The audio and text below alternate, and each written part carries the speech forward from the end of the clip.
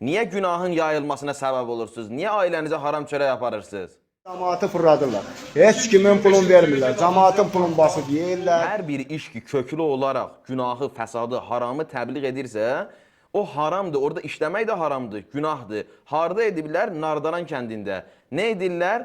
Disko, kazino, bar, qumar, Azərbaycan qızlarını pula satırlar orada. Adı üstündədir. Məqsədləri, hədəfləri Azərbaycan xalqının kimliyini, mənəviyyatını, dinini əllərindən almaqdır. Sən ustasan, bilirsən ki, burada kazino açarlar, burada Azərbaycan qızlarını pula satarlar. Orada işləyə bilməzsən, halal deyil, haram qazanırsan, ailəvə haram aparırsan. Quranda yüzlərlə ayə var zina ilə bağlı, qumarla bağlı. Niyə əməl etmirik? Sonra deyirik ki, niyə bugünə qaldıq? Niyə Azərbaycan bugünə qalıb?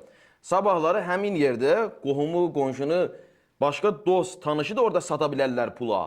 Bundan əlavə də turistlər gəlir başqa ölkədən, deyirlər, hə, falan günahları etdim orada. Bizim yanımızda o sözü deyirlər. Azərbaycan cəmiyyətinə o sözü deyirlər. Sevinirlər, gülürlər, başqa yerdə də deyirlər. Niyə bu şəraiti yaradırıq? Əgər bir həftə uşaq qatillərinin mallarını dünya almasa və heç kim onlara dəstək olmasa, onları bəyənməsə, paylaşmasa, siyasi cəhətdən onlara kömək etməsə, onlar bir həftə içərisində yox olacaqlar.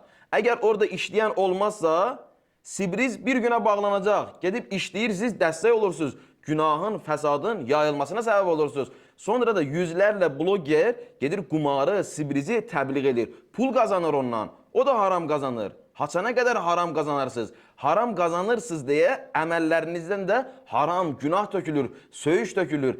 Cemaata aşağıdan yuxarı baxırsınız, təhqir edirsiniz, alçaldırsınız. Sözünüzlə əməliniz bir deyil, günahı təbliğ edirsiniz, ailə dağıdırsınız. Cemaatın ailəsinə yol göstərməkdənsə yoldan çıxardırsınız. Budur haramın təsiri.